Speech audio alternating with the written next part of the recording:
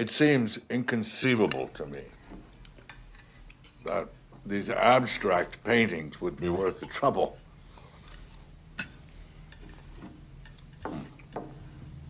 I'm not entirely convinced they thought this through. James and I were just there. Tommy, elbows off the table.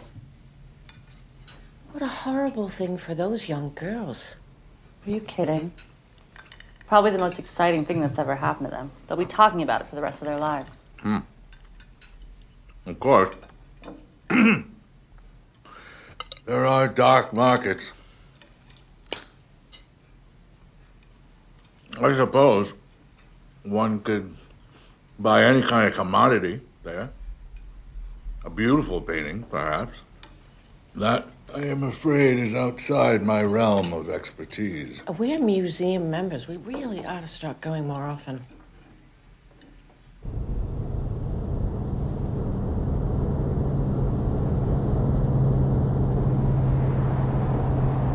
Outside my realm of expertise.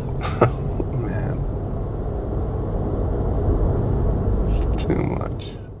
But now we come to a period that I call the battle for identity.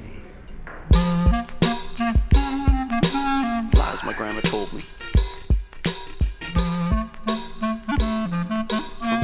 Yeah, superstitious devices. Lies my grandma told me. What? Urban mythological rules of bubble mice. Yeah. Salut les kids et bienvenue dans En attendant Godard, saison 18, épisode 23. Cette semaine émission mélancolie, lofi et faux semblant. On s'est connus, on s'est reconnus, on s'est perdu de vue, on s'est reperdu de vue. On s'est retrouvés, on s'est réchauffés, puis on s'est séparés. Chacun pour soi est reparti dans le tourbillon de la vie. Je l'ai revu un soir, aïe aïe aïe, ça fait déjà un fameux bail. Enfin bref, il est 19h et comme disait Peter, c'est l'heure. Eh oui, vous êtes bien dans En attendant Godard, l'émission de syllabes est également diffusée sur Radio Boa. L'émission de cinéma, donc, elle est mieux que les autres. Et au programme ce soir, vous l'aurez peut-être compris via cette petite citation d'une chanson de Napalm Death. Juliette Gréco, non, je sais plus. Jeanne Moreau. Jeanne Moreau, ouais. évidemment, dans Julian James de François Truffaut.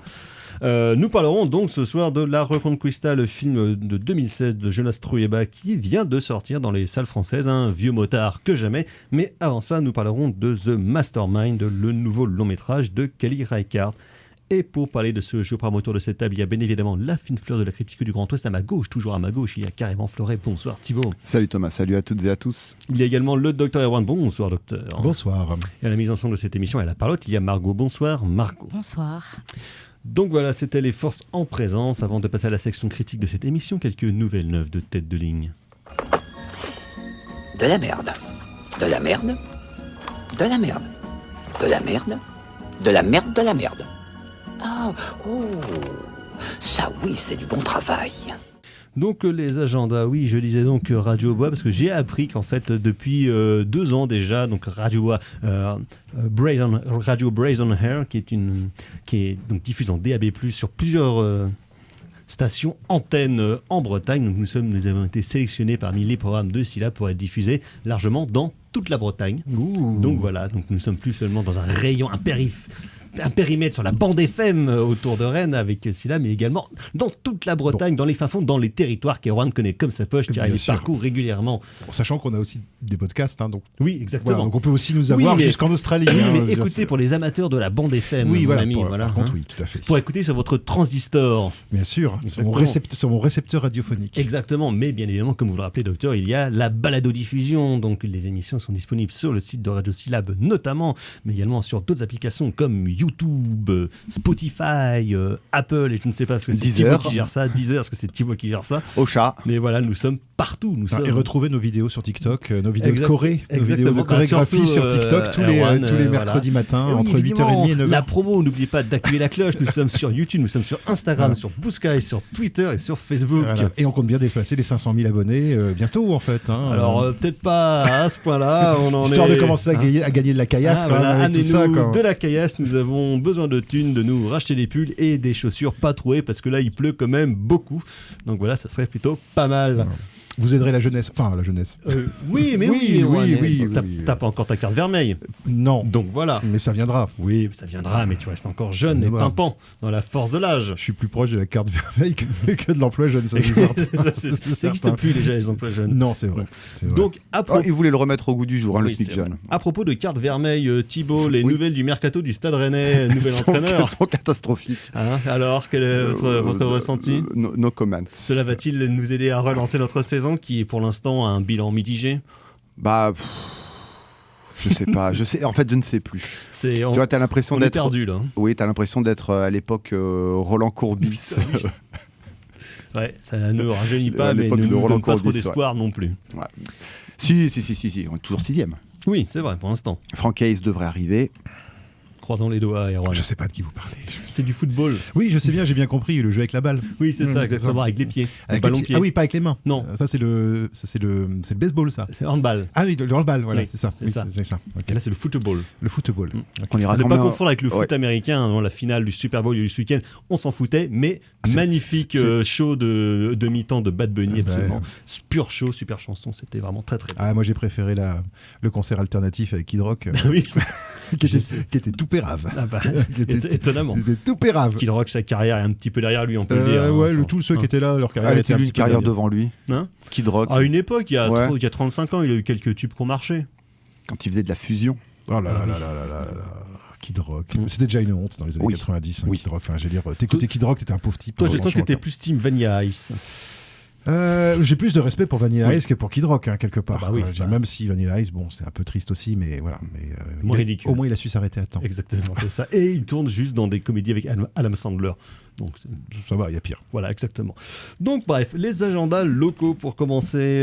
À partir de ce soir, commence à Rennes jusqu'à la semaine prochaine le festival de film de Travelling à Rennes, donc avec une section spéciale cette année, donc centrée sur une ville comme tous les ans. Et là, c'est sur LA, Los Angeles, la ville des États-Unis d'Amérique, donc qui accueillera bientôt la Coupe du Monde de football ainsi que les Jeux Olympiques. Oui. Et voilà. Donc, focus sur la ville de Los Angeles avec évidemment un petit panorama évidemment incomplet parce qu'on est impossible d'être exhaustif sur la manière dont Los Angeles a été montré et filmé au cinéma, mais en tout cas avec quelques sections parallèles sur la guerre en Ukraine, sur les productions locales, comme tous les ans. Et donc, plein de petites choses à voir et auquel vous aurez peut-être le plaisir de voir le Dr Erwan ici présent, Oui. qui présente un certain nombre de séances. Tout à fait. Qu'est-ce que vous présentez, docteur? Oh, un peu de tout. Hein, du Lynch, du Tarantino, The Player de Robert Altman, The Driver de Walter Hill, Foxy Brown également de Jack Hill. Voilà, donc pas mal de petites choses. Et puis Boulevard du Crépuscule, histoire de taper un petit peu dans Est-ce que tu es prêt pour ton gros plan? Oui, je suis toujours prêt pour mon gros plan. Très bien. Merci, docteur. Je suis né prêt, comme pour faire une traduction française d'une réplique qui marche vachement mieux en anglais. J'étais prêt dans le ventre de ma mère, comme ils disent dans Jack Burton. Exactement. Donc voilà, Festival Travelling. Et donc toujours dans le cadre de Travelling, ce soir à Cinemaniacs à 20h, donc sur le campus de Rennes, c'est Magnolia de Paul Thomas Anderson. Et la semaine prochaine, donc le 17, toujours à 20h, ce sera Mud de Jeff Nichols. Très bon, très bonne programmation. Ouais, exactement. Demain au Tambour, donc toujours dans le cadre de Travelling, à 18h15, ce sera Killer of Sheep, de Charles Burnett, à 20h45, Bless Their Little Hearts de Billy Woodbury. Donc voilà, film plutôt de la LA Rebellion des années 70, film contestataire sur les communautés afro-américaines. Autrement, dans les sorties nationales demain, dont nous ne parlerons pas tout de suite parce que nous faisons une petite pause la semaine prochaine, parce que des gens de cette émission ont heureusement des vacances et en profitent pour partir. Je ne vise personne, mais par exemple quelqu'un qui s'appelle Thibaut. Voilà. Bah oui. Pendant que Erwan, lui, sera en train de travailler d'arrache-pied justement à présenter des films, parce que certains ne prennent pas de vacances et ils vont vraiment la cheville Il ouvrière. faut bien faire tourner la France. Exactement, c'est ça. Hein, Thibaut? Oui. Donc nous ferons une petite mixtape probablement spéciale guerre, parce que c'est un peu de saison. Voilà. Pour les 4 ans de la guerre en Ukraine, par exemple. On pourrait aussi faire une mixtape spéciale LA aussi, on pourrait. Oui, c'est vrai, pas bête. On pourrait aussi faire ça. Vous m'envoyez 20 morceaux. J'ai des choses. Très bien, nous en reparlerons, nous reverrons ça peut-être au dépoté. Donc, au niveau sortie nationale, il y a Hurlevent, donc nouvelle énième adaptation des Hauts du Hurlevent avec Jacob Elordi et Margot Robbie. Ça a l'air tarte. Ah, ça a l'air assez tarte. Pourtant, quel livre merveilleux. Ouais, mais bon, ça a l'air tarte. Oui, puis il y a la version de André Arnold qui est voilà, toute il y a une sympathique. quinzaine d'années, qui est absolument formidable. Exactement. Dans Une un version qui est très boueuse. Oui, mais qui est magnifique, oui, effectivement. très très belle version. Donc, sinon, dans un tout autre genre, il y a LOL 2.0 de Lisa Azuelos avec Sophie Marceau, mais sans triste intérêt, qui jouait donc le rôle de la gamine dans le premier, la remplacée par une autre. Ok. Voilà. Sinon, il y a une comédie française de Ahmed Silla qui s'appelle L'Infiltré, dans lequel un flic se déguise en femme pour infiltrer un gang. Voilà. Ok. Mieux vous revoir fausse blonde infiltrée FBI, donc des frères Wayans. Ça qui est une magnifique comédie dans laquelle les frères Wayans se déguisaient en pouf blonde blanche pour infiltrer un lycée. C'était formidable. Ou revoir, comment s'appelle, les remakes, enfin les reboots de 21 Jump Street avec Jonah Hill et Channing Tatum, ouais, c'est ça, qui était plus drôle que ce que ça n'avait l'air d'être. Exactement, surtout le premier. Surtout et le un premier. excellent Ice Cube, bien évidemment. Ouais. Autrement, on en reparlera pour le coup dans 2 semaines des 2 films suivants. Donc, Send Help, le nouveau film d'horreur de Sam Raimi, qui arrête de faire des conneries avec Marvel pour refaire un vrai film, ça faisait longtemps. Bah, ça fait depuis Drag Me to Hell, quoi, en fait. Ouais, entre-temps, jusqu'en enfer, quoi. Son Magicien d'Oz était plutôt pas mal. Ah oui. 2013. Oui. Mais bon, c'est quand même... ça ne nous rajeunit pas, tout Non. ça. Autrement, le nouveau film de Park Chan-wook, Aucun autre choix, nouvelle adaptation du coup près de Wesley, qui avait été adapté par Costa Gavras il y a une quinzaine d'années avec José Garcia, si je ne m'abuse.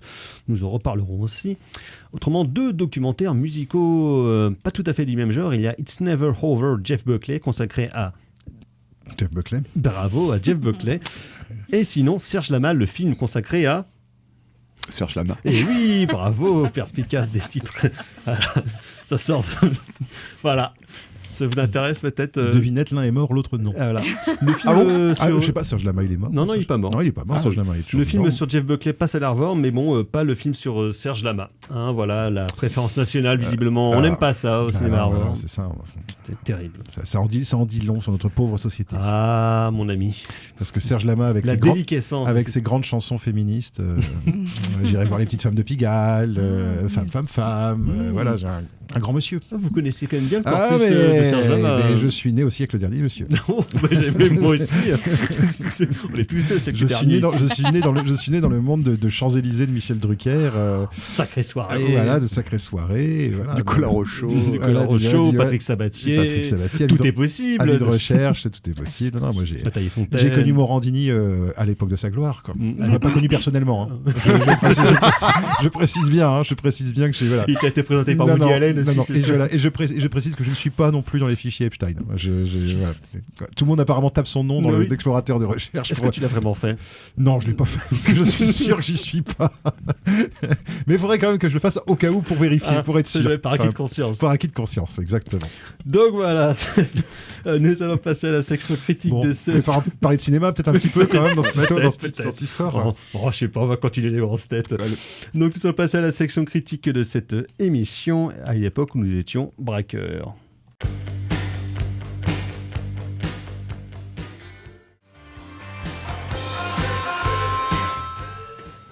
Vous êtes toujours sur Syllab, en attendant Godard sur Syllab et Radio Bois, et donc c'était les Kings avec Once a Thief. Et de thief, donc de voleur, de braqueur, il en est question dans le nouveau long métrage de Kelly Reichardt, The Mastermind, sorti dans les salles françaises la semaine passée.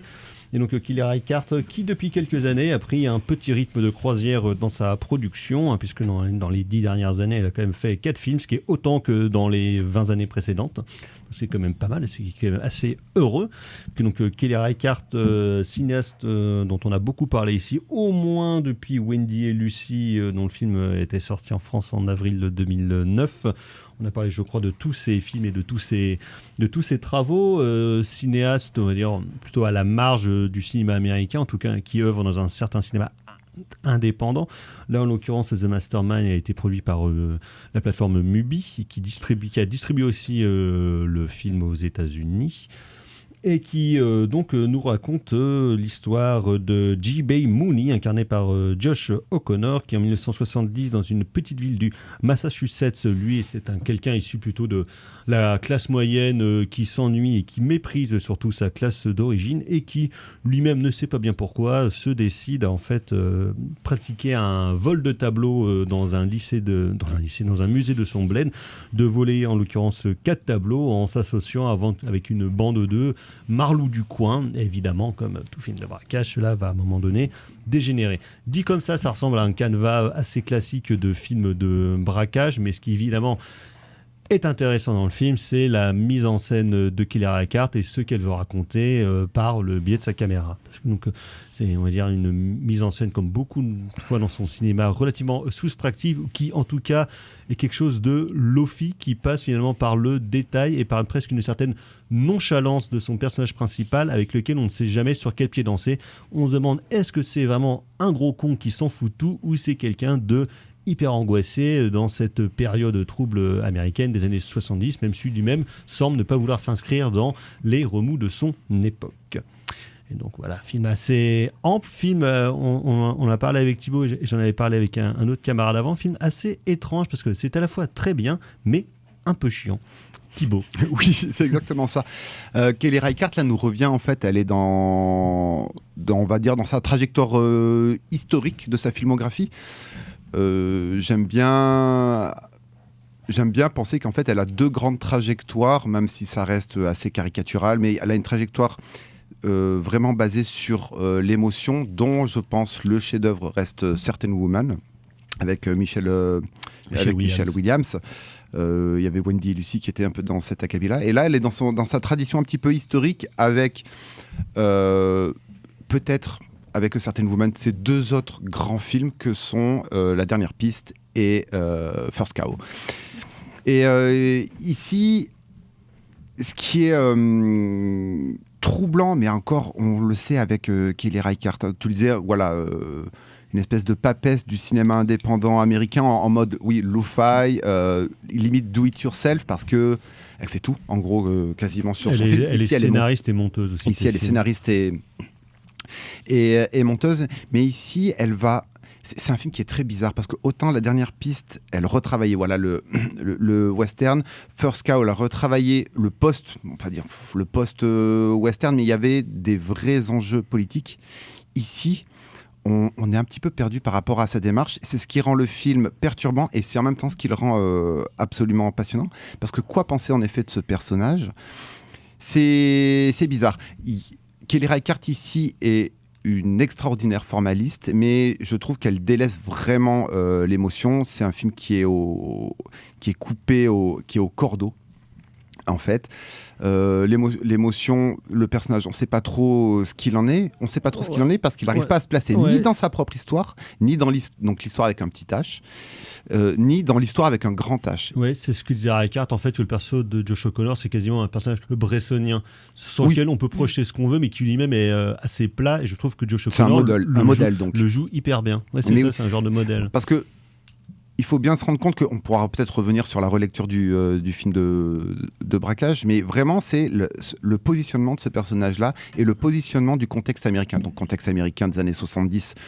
Bon, on va pas faire un tableau sur ce qui se passe, sur la crise de civilisation que traverse le pays à cette époque-là, mais ça reste quand même ultra puissant.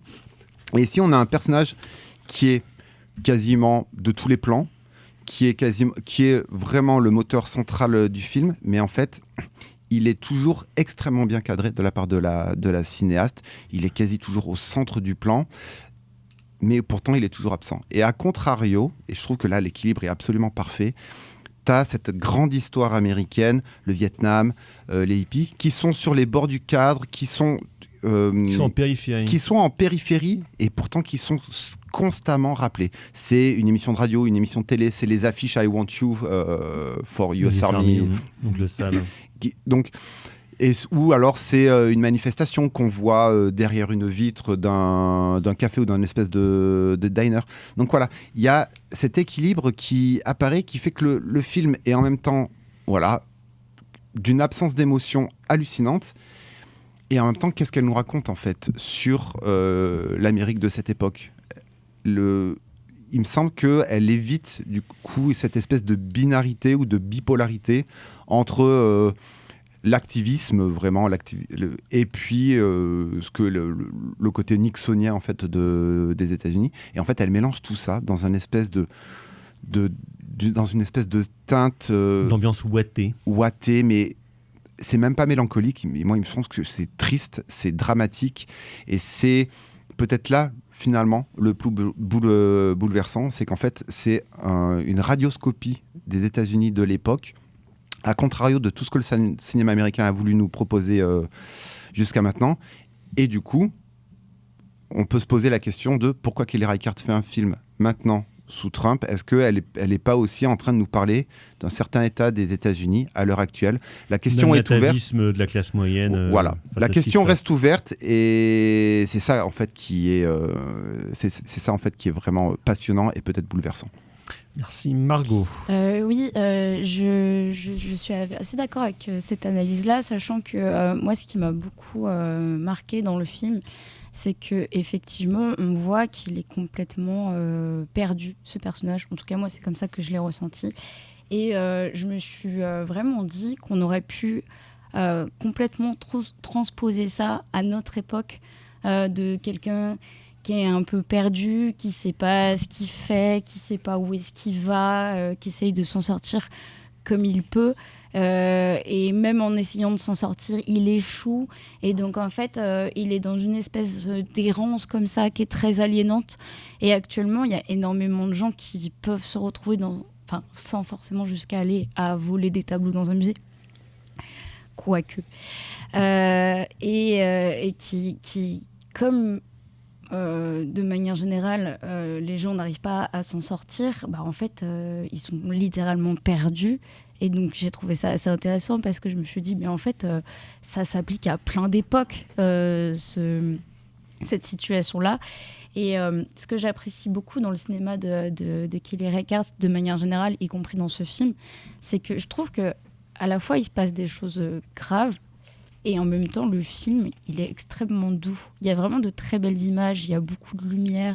C'est un film qui prend son temps, qui est presque au ralenti. Moi, il y a des scènes, j'ai trouvé que c'était presque des tableaux. On aurait dit les tableaux de Hopper, le peintre américain, où il y a des scènes complètement vides, où il n'y a presque personne. Et c'est à la fois un film qui m'a questionnée et en même temps qui m'a beaucoup apaisée, ce qui est très paradoxal. Donc, en fait, je trouve qu'on est un peu balancé entre plusieurs infos à la fois. Et moi, j'avoue que c'est plutôt quelque chose qui m'intéresse. D'autant que le film est quand même assez drôle parce qu'il y a quand même la grosse scène d'action du film qui n'est pas le vol de tableaux, mais qui est justement où il essaye de monter les tableaux à l'étage d'une grange qui dure des plombs. Et justement, jouer sur cet étirement, sur ce temps long, sur cette soustraction, je trouve que ça fait toute la beauté aussi de la scène qui devient d'un coup presque épique dans le cinéma de Kelly Reichardt. Ouais, où il y a un petit côté burlesque aussi. Oui, j'ai lu il y a 2-3 papiers qui sont assez intéressants. Même notamment sur les sites, sur le site de Radio France. Sur le site de Radio France, là, ça parle bien. Sur Radio France, ça parle vraiment très très bien du film. Il y a Nicolas Chaleur, il y a Marie Sauvion qui en parle extrêmement bien. Mais oui, il y a le côté expérimental. Mais après, quand on connaît le cinéma de Kelly Reichardt, rien n'est surprenant. Mais elle va sur une épure constante, peu de dialogue, peu de personnages, un plan extrêmement long. Le plan long, la question du plan long, on y reviendra avec La Reconquista aussi, parce qu'en fait, c'est deux films qui élaborent une nouvelle, qui théorisent en fait le plan long. Qu'est-ce que c'est cohérent le programme de cette émission quand même. Incroyable. Non mais est-ce qu'on peut convoquer Bazin et le montage interdit? Je me pose la question. Moi je pense que oui. Ouh là là, monsieur dit tout de suite les grands termes. Voilà. Docteur. Ouais, alors moi j'ai beaucoup apprécié le film. Hein. Alors moi je connais pas aussi bien Kelly Reichardt que vous. Moi j'ai pas tout vu. Chez Kelly Reichardt, j'ai notamment pas vu son dernier qui était consacré à l'art, et j'imagine qu'il doit y avoir quand même vaguement des liens entre les deux. Mais moi surtout j'ai vraiment pensé à First Cow et surtout à Night Moves, parce qu'en fait moi je trouve qu'il y a un truc en fait, et c'est là où justement c'est pas un film qui est directement politique, mais c'est un film pour moi qui est quand même politique, mais pas politique au sens de militant ou d'engagé, qui est plutôt politique par rapport à une certaine forme de mythologie américaine, et notamment le fait que dans ces trois films, plutôt dans First Cow et dans celui-là, Mastermind. dans The Mastermind, il y a des personnages en fait qui arrivent pas à se résoudre à leur propre banalité et qui sont persuadés qu'il y a quelque chose de mieux qui les attend. Qui est le drame de la classe moyenne. Exactement. Ce qu'en France, on a appelé à une époque le malaise des cadres. Voilà, mais qui en États-Unis est d'autant plus fort que les États-Unis, c'est un pays qui a construit sa propre mythologie autour du self-made man, de quand tu veux, tu peux, de croire en toi-même, de faux croire en toi-même. La destinée manifeste. Et quelque part, c'est vraiment un film. Moi, je trouve que c'est un film qui prend complètement à rebours, par exemple, cette espèce d'ambiance extrêmement désagréable venue des États-Unis qui touche au développement personnel, moi qui est un truc que je hais personnellement. Qui est un vrai truc de droitard qui est libertarien. un vrai truc qui pour moi contient une espèce de fascisme en fait, de dire aux gens, vous n'êtes jamais assez, vous êtes jamais assez, vous pouvez être plus, il faut toujours être plus. Et là en fait, ce sont des personnages qui veulent être plus. Sauf qu'ils échouent parce qu'en fait ils ont pas ce qu'il faut pour être plus. Ils pourraient être heureux et ils pourraient avoir finalement trouvé une certaine forme d'équilibre dans une banalité qui n'est pas honteuse. Dans ce rêve pavillonnaire. Exactement, dans une banalité qui n'est pas forcément honteuse, qui n'est pas forcément méprisable, mais ils pêchent par justement par une espèce d'ambition démesurée qui est celle soit de faire de l'argent dans First Cow, soit quelque part de faire de l'argent aussi dans ce film-là parce que qu'il y a l'idée de revendre les tableaux, mais là le personnage c'est très marrant. Le titre est très ironique, The Mastermind, parce que ça donne l'impression d'avoir un type super intelligent qui a tout pensé. Il le dit lui-même, j'ai bien pensé à mon plan, etc. Mais en fait, il a pensé à rien parce qu'en fait, il est pas bon. Et à un moment donné, il tombe avec des vrais gangsters. Et il y en a un qui lui dit, ça sera mieux la prochaine fois parce qu'en fait, t'as pas capté en fait que nous comment ça marche que nous on allait débarquer derrière et que qu'on allait et que t'es pas t'es juste un père de famille un peu minable, un peu et que t'aurais dû rester à ta place en fait. Et le but c'est pas de dire du déterminisme, de dire faut pas évoluer, c'est pas ça, c'est de dire c'est plutôt qu'est-ce qui se passe quand on cède à cette mythologie américaine du self-made man et de je vais devenir quelqu'un. En fait, je vais devenir quelqu'un. C'est la mythologie américaine qui se heurte à la réalité des rapports de production. Voilà, exactement. Et donc dans cela, pour moi, le film est assez politique dans le sens où elle va faire la démonstration de ça de la même manière qu'elle faisait la démonstration de l'inanité du système capitaliste ou en tout cas de la cruauté du système capitaliste dans First Cow. Comme vous y allez. Et oui, je sais, je suis radical.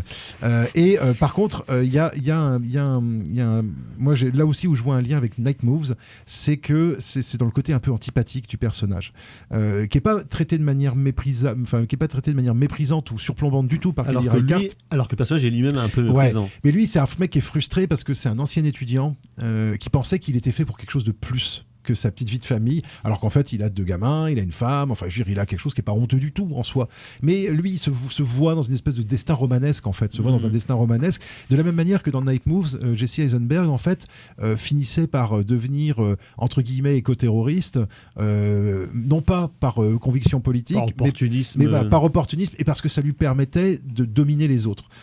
Et là il y a plein de moments où il ment comme un arracheur de dents à tout le monde et il finit par se retrouver tout seul parce que quand tu mens à tout le monde, les gens t'étais pas fiable, les gens n'ont aucune raison de rester traînés avec toi.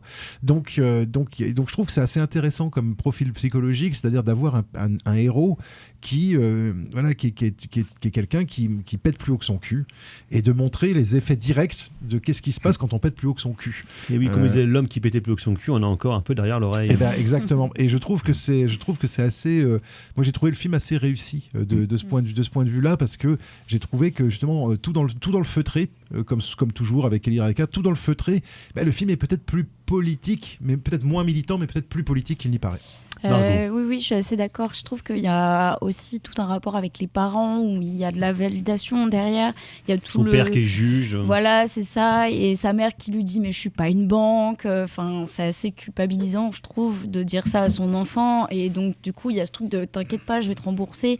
Et tout ce rapport à l'argent et au pouvoir même de manière générale, en fait, il est aussi par rapport à la génération d'avant, si on creuse un peu, qui a pu peut-être réussir assez facilement mais pour qui les générations d'après, c'est pas le cas. Enfin, on est sorti de ces époques-là, on pouvait gravir les échelons et devenir quelqu'un entre guillemets. Et en fait, c'est aussi des écarts générationnels qui sont un peu pointés du doigt, je pense, à travers le film. Puis la génération des parents du personnage principal, c'est la génération qui a connu la Seconde Guerre mondiale, qui voit la fête justement et qui sont beaucoup dans cette posture de nous quand même, on a vécu des trucs pas faciles, mais pour vous maintenant c'est la paix. Oui, parce qu'ils avaient vécu ça. le post Seconde Guerre mondiale, c'est la grande voire société. la grande dépression pour certains. Mais c'est aussi pour ça que le film est surprenant, c'est qu'il n'y a pas ce fossé générationnel où il y aurait une rébellion contre les parents. Au contraire, le héros, ce qu'il veut, c'est avoir un statut social équivalent en fait à son juge de père, et il y va justement en devenant criminel. Alors s'il y a une rébellion, c'est la marge, mais oui. Voilà. Mais en fait, au final, voilà, il n'est pas équipé pour quoi. En fait. Il y a un côté un petit peu ironique par rapport à la trajectoire entre par rapport comment dire, les rapports qu'il existe entre le père et son fils. Après, pour revenir sur ce que tu disais sur la mythologie américaine, sur cet échec de la mythologie américaine, ce qui est hyper intéressant avec Kelly Reichardt, c'est que comme tu le disais, il n'y a aucune once de cynisme par rapport à elle. Il y a de l'humour, il y a des côtés un petit peu burlesques, il y a de l'ironie. En effet, le titre, bien entendu, il y a ce plan final, enfin cette séquence finale qui est hyper belle, hyper bien foutue. Ça, c'est intéressant parce que justement, c'est un personnage qui est dépolitisé dans un monde hyper politisé et qui finit par se retrouver dans ce monde hyper politisé malgré lui. Par se faire rattraper par le réel. Et là non plus, oui, c'est ça. Et là non plus, il n'est pas équipé. Là non plus, il n'est pas équipé. Il ne sait pas se protéger par rapport à cette confrontation entre l'autorité et la revendication politique. Et voilà, et il se fait quelque part avoir bêtement. Donc en fait, il est jamais bien nulle part en fait, ce personnage, et à trop vouloir autre chose que ce qu'il a, en fait, il finit par tout perdre en fait. Et c'est quelque part assez tragique, sa destinée. Et dernier point ironique, on n'en a pas trop parlé encore, c'est l'utilisation de la musique et de la bande son. De Rob Mazurek, qui est plutôt qui est super, un musicien de jazz. Donc là, on est sur une musique jazzy, mais elle est hyper enlevée, avec des touches un petit peu funky, tout ça. Et en fait, ça va totalement à contre-courant de ce qui se passe, déjà du traitement de l'image, de ce qui se passe pour le héros. Et en fait, quand tu sais ce que c'est le jazz, ce que ça représente le jazz comme musique contestataire, voilà, je trouve ça assez fascinant. Ça me faisait un peu penser à la musique de Greenwood pour One Battle After Another de PTA, qui est pareil, qui en fait est presque à contre-temps, voire en contradiction avec le rythme du film. Ce qui fait que le film a une espèce de texture formelle globale ultra déstabilisante. Il y a un petit moi j'ai quand même trouvé qu'il y avait un petit côté, alors c'est peut-être le côté automnal du film, mais moi je trouve qu'il y a une espèce de côté Wes Anderson sous Prozac, tu vois, c'est-à-dire avec des personnages un peu minables, un peu nuls, un peu dépressifs, mais pas du tout avec le côté millimétré et le côté métronomique de Wes Anderson, mais avec un rythme beaucoup plus lancinant. Mais j'ai trouvé c'est pas lancinant et plus free. Oui, plus free, effectivement plus free. Mais j'ai trouvé que je me suis dit tiens, c'est marrant, j'aurais jamais pensé que Kelly Reichardt me ferait penser à Wes Anderson, assez bizarrement. C'est deux cinéastes qui ont des univers très très différents, mais là je trouve que sur ce film-là, à certains moments, et je pense que c'est lié aussi à l'utilisation de la couleur, à l'utilisation de la lumière, et ce côté vintage en fait, ce côté velours, ce côté les fringues, le travail de la costumière est super bien. Enfin moi je trouve que les costumes sont vraiment super dans ce film-là. La production design est vraiment super, et c'est pour le coup un vrai film qui a une identité visuelle quoi. Ça c'est un truc moi que j'ai apprécié aussi dans ce film-là. C'est par rapport à pas mal de films dont on a parlé, notamment des films sortis sur plateforme qui sont un peu tu vois, ou du Catherine Bigelow, des machins où on attendrait plus de style et puis c'est un peu interchangeable finalement. Là au moins là je me dis ok, là il y a une identité visuelle au moins dans ce film-là quoi, ce qui est quand même agréable à voir. Donc c'est The Mastermind de Kelly Reichardt, encore dans les salles. On va rester dans les salles, mais cette fois on va aller du côté de l'Espagne.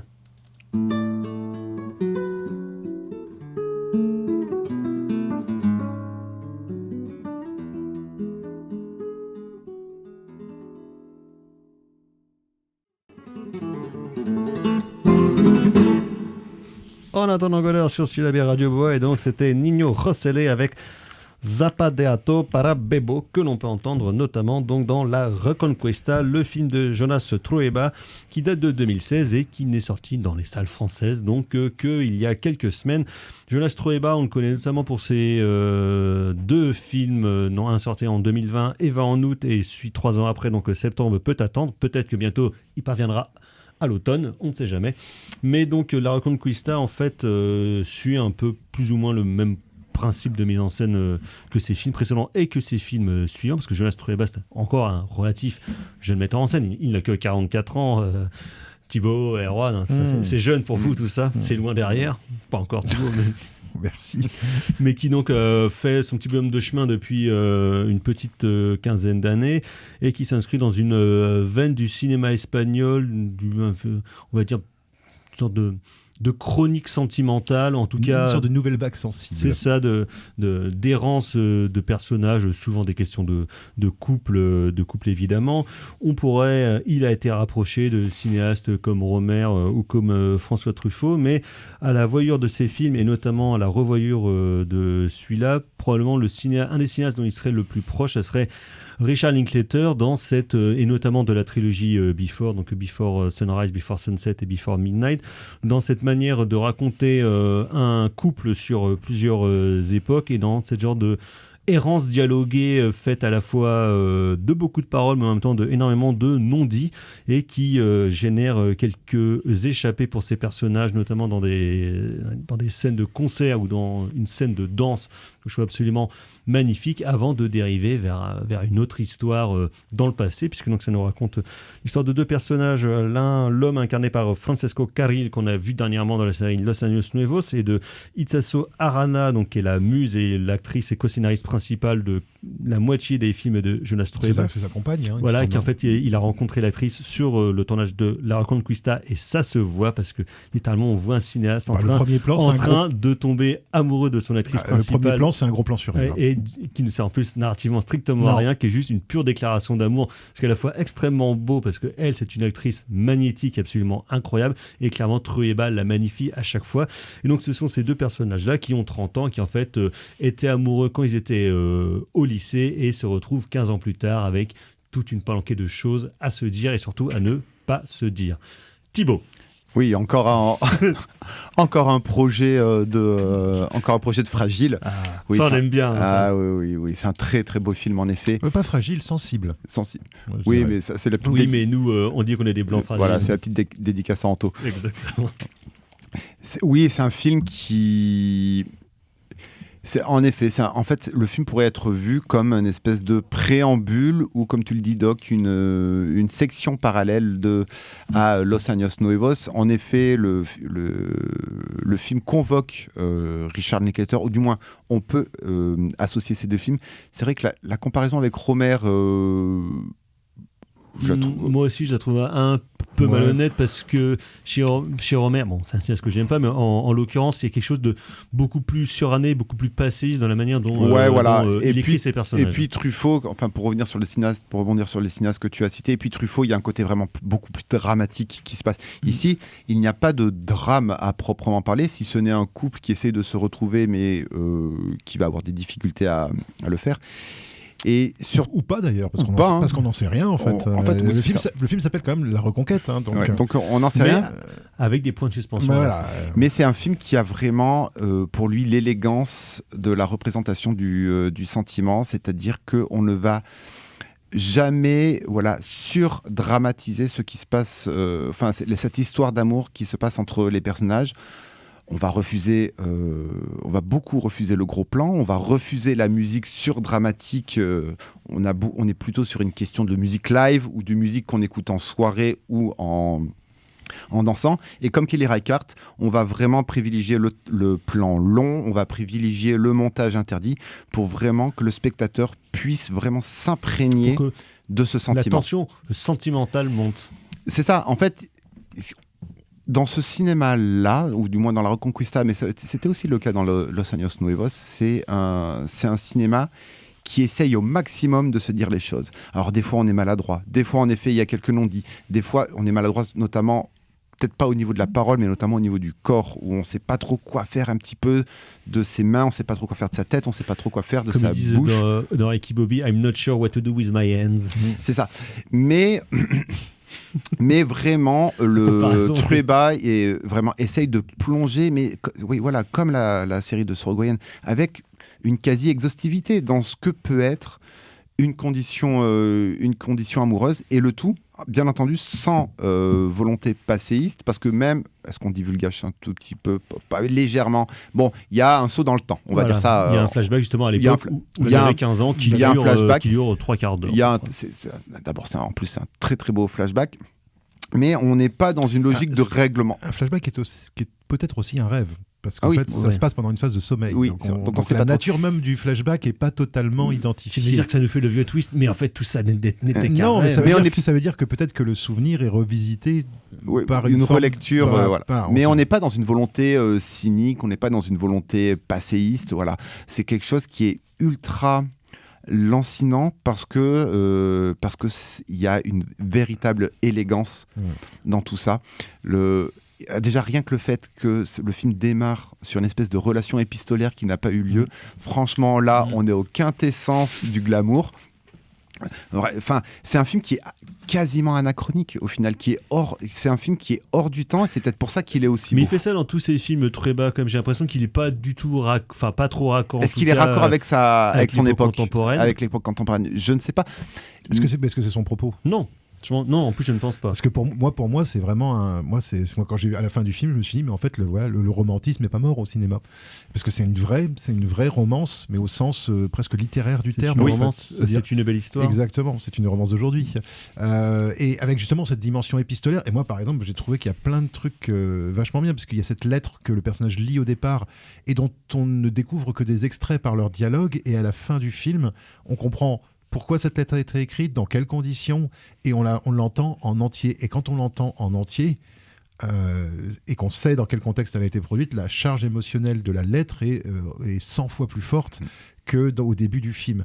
Donc là, moi, j'ai trouvé qu'il y a... Et parce qu'il y a eu le flashback, parce qu'il y a eu leur soirée. Voilà, c'est ça. Et c'est voilà, moi, j'ai vraiment trouvé... j'ai trouvé ça mignon tout plein, quoi. C'est-à-dire que... Et pas mignon tout plein au sens infantile. Bisounours, quoi. Non, au sens vraiment romantique. C'est-à-dire il arrive à te faire croire à quelque chose qui pourrait, chez d'autres, être parfaitement gnangnan, en fait. Oui. Et là, il arrive vraiment à te faire croire à ces gens qui s'aiment toujours, qui n'arrivent pas à se le dire, et qui vivent dans leurs souvenirs, donc avec cette mais qui le savent quand même, qu'ils s'aiment toujours. Exactement, avec cette légère mélancolie. D'autant qu'en plus que c'est l'amour, du premier amour, de l'amour adolescent. Quand t'as 15-16 ans, où évidemment tout est décuplé, tout est beaucoup plus beau, fort, incroyable, on sera ensemble à jamais. Voilà, exactement, avec une espèce de croyance profonde justement dans les sentiments. Enfin, voilà, moi j'ai la beauté de la naïveté. Ouais, mais justement, j'ai trouvé que justement, et c'est jamais ridicule. En fait, c'est vraiment un film où il y a une espèce de dignité justement romantique. Et je sais pas comment dire ça autrement, mais il y a vraiment une espèce de dignité romantique et qui respecte aussi la pudeur des personnages. C'est jamais voyeuriste, c'est jamais complaisant. Et c'est vulgaire ou grossier. Voilà. Et il se passe pas grand chose. Non. Mais en même temps, dans ce pas grand chose, en fait, il se passe plein de trucs. Et qui laisse en fait la part justement à des échappées qui a priori narrativement ont pas trop d'intérêt. Une scène de concert qui dure, on voit 3 chansons, pour y en avoir 12, ça serait à peu près la même chose. La scène de danse qui en fait ne révèle, on va dire, son intérêt dramatique à la toute fin, mais qui vraiment prend de... Mais en fait, ces scènes un film de marge. La musique est hyper importante, parce que comme je le disais, il n'y a pas une surdramatisation du score, vraiment du score cinématographique, mais la scène de concert est hyper importante, parce que tu as l'impression que alors non seulement on rencontre le père de l'actrice principale, mais t'as l'impression qu'ils parlent pour eux, en fait. Que la musique raconte leur histoire et fait un lien entre ces deux personnages, alors déjà qu'ils se disent beaucoup de choses. Les dialogues sont ultra bien écrits, t'as du mal à cerner un petit peu parce qu'il y a beaucoup d'émotions qui sont mises derrière ces mots-là, mais du coup la musique là, à ce niveau-là, elle fait lien entre ces maladresses verbales, et puis la danse. La danse, c'est une séquence délirante, quasi une séquence d'exorcisme. On pourrait dire ça. Et là, c'est le corps qui prend la place. L'intérêt du truc, c'est que c'est pas du cinéma réaliste non plus, parce que ça prend des détours, ça prend des atours qui sont pas, je veux dire, c'est véracile, mais c'est pas réaliste plutôt. Oui, Oui, bah tu sens que même dans sa mise en scène, tu vois, c'est pas un truc pris à l'épaule, non, pris sur le vif. non. Bah, c'est ce qu'on disait, c'est qu'on posé, est sur une certaine élégance. On a envie un petit peu de laisser respirer ces personnages qui sont quand même étouffés par leurs conditions amoureuses.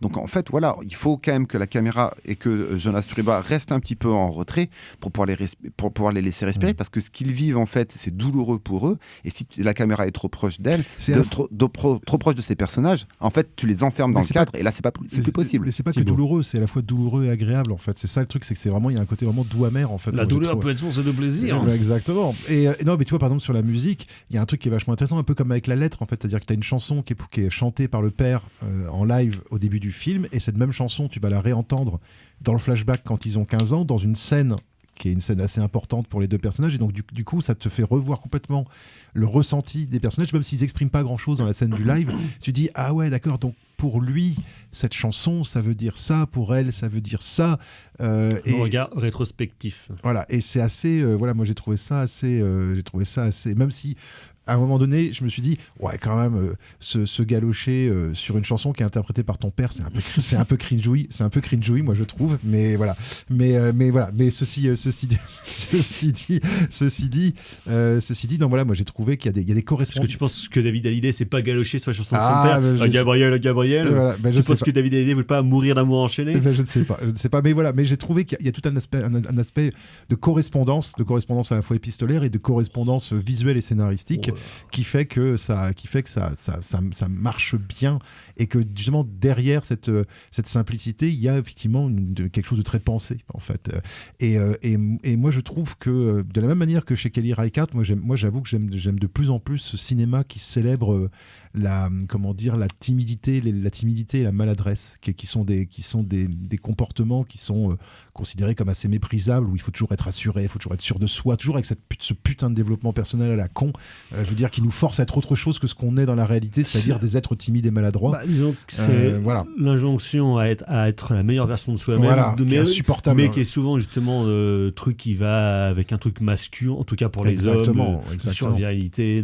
Alors que là, Francisco Ceril, je veux dire, il joue il n'a pas vieilli en 10 ans, ce bâtard. Non. Et puis il joue vraiment un rôle d'un homme, comment dire, entre guillemets, un modèle masculin qui moi me plaît en fait, c'est-à-dire où je me dis ah bah oui, ça fait du bien quand même de voir des mecs qui sont pas justement des mecs, quoi, des mecs qui ressemblent à des gars, qui ressemblent à des êtres humains en fait, quoi, tout simplement, quoi. Et ça c'est assez appréciable. On pourrait dire un petit mot sur le rapport à l'espace, sur comment Madrid est filmé, comme Agnès Nueva, ça te donne envie avec vraiment. Une dérive en scooter qui pour le coup fait très Moretti. Oui, un petit clin d'œil à Jordan Hatim, j'ai noté aussi. Et puis cette direction d'acteurs et d'actrices qui est absolument délirante.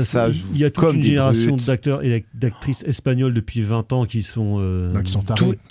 Ils sont tarés et ils peuvent faire passer des choses avec un claquement de doigts, un sourire en coin, un regard pas un regard de travers, mais un regard qui s'échappe.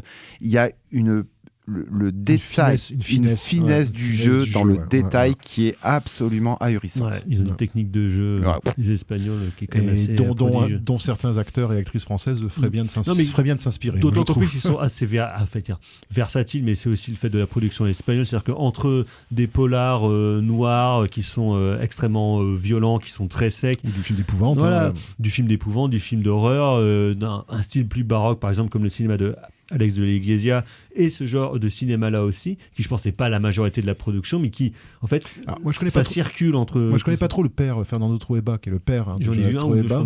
Je sais pas trop je sais pas trop s'il y a des similarités entre les deux. Là, ça vaudrait le coup probablement d'explorer un petit peu aussi, creuser un petit peu pour voir génération précédente. Voilà ce que lui tient finalement de son père, parce qu'il y a quand même une célébration de la figure paternelle aussi, une figure paternelle imparfaite là aussi, mais artiste. Voilà, mais artiste, et voilà. Donc il y a plein de choses à manger dans ce film en tout cas. Donc la Reconquista de Jonas Trueba encore dans les salles. On va passer au coup de cœur. C'est nul. Aucun goût. No taste. Goût de chiotte. Les coups de cœur, Margot. Alors, pardon, je suis désolée. On va rester sur Kelly Reichardt, puisque j'ai eu un coup de cœur pour son premier film, River of Grass. Comment dire, je trouve qu'au niveau de ces personnages un peu perdus, qui pourraient rester là où ils sont, on reste dans une thématique assez forte, avec une patte très 90 quand même. 94, Voilà. le film. Merci Margot. Thibaut. Moi, ça va être Le Géant de fer de Brad Bird, le premier long métrage de Brad Bird, si je ne m'abuse, qui déjà, en fait, est à l'aise avec le thème du gigantisme qu'on pourra retrouver notamment dans Mission Impossible, le proctologue fantôme. Film qui célèbre l'amitié, vu qu'on est dans une célébration de ce que l'humain peut faire de meilleur. Film qui célèbre l'amitié entre deux personnes étrangères. Cet étranger est mal accueilli aux États-Unis. Dis donc, je me demande bien pourquoi. Le meilleur rôle de Vin Diesel, probablement. Peut-être le meilleur rôle de Vin Diesel. Et surtout, une séquence finale qui mélange action et une puissance émotionnelle, là aussi. Les poils. Eh bien écoute, j'ai pleuré, je pleure toujours devant ce film, je trouve que c'est absolument magnifique. Un très bel hommage au cinéma des années 50 aussi. Merci Thibaut, dans un tout autre genre, docteur, aussi un peu de douceur et de finesse. Ouais, mais finalement oui aussi, moi je trouve, c'est Napalm Death que j'ai eu l'occasion de revoir à l'Antipode mardi dernier et c'était vachement bien, toujours aussi énergique et toujours aussi cathartique. Moi qui suis pas forcément un spécialiste de métal, je dois avouer que c'est... ça reste des camarades. Ça fait partie de ces groupes où tu te sens, tu ressors de là, tu te sens vraiment bien, mais il y avait quelque chose de très positif en fait qui se... Good band. Ouais, alors que c'est bruitiste, c'est décalé. Quel bon univers, qu'est-ce que c'est funky. Voilà, et ils sont très sympas. Et Barney, ils ont l'air très gentils. Exactement. Donc c'était très bien. C'est des Anglais. Merci docteur. Sinon, moi dans un tout autre genre, ce sera The Chair Company, la saison 1, la série de Tim Robinson et Zach Canine que j'ai bouffé, qui après I Think You Should Leave, Tim Robinson continue dans sa lignée de narration étrange, de personnages pour le moins décalés, mais qui pourtant sont tous rationnels, qui est une série absolument prodigieuse, à la fois drôle, gênante, qui fait peur, c'est de l'épouvante, c'est formidable, c'est un énorme plaisir. J'ai très hâte de voir la saison 2 parce qu'évidemment ça finit sur un cliffhanger absolument merveilleux. Je suis même pas sûr qu'il y aura une saison 2. Si, ça a été renouvelé pour une saison 2, parce donc que ça promet. Le cliffhanger final est génial. Donc The Chair Company sorti sur HBO. On se retrouve la semaine prochaine en musique. Merci Margot, la mise en son de cette émission. Merci messieurs d'avoir participé à cette émission. Prochaine émission, prochaine édition. Ciao, bonsoir. Salut. Salut.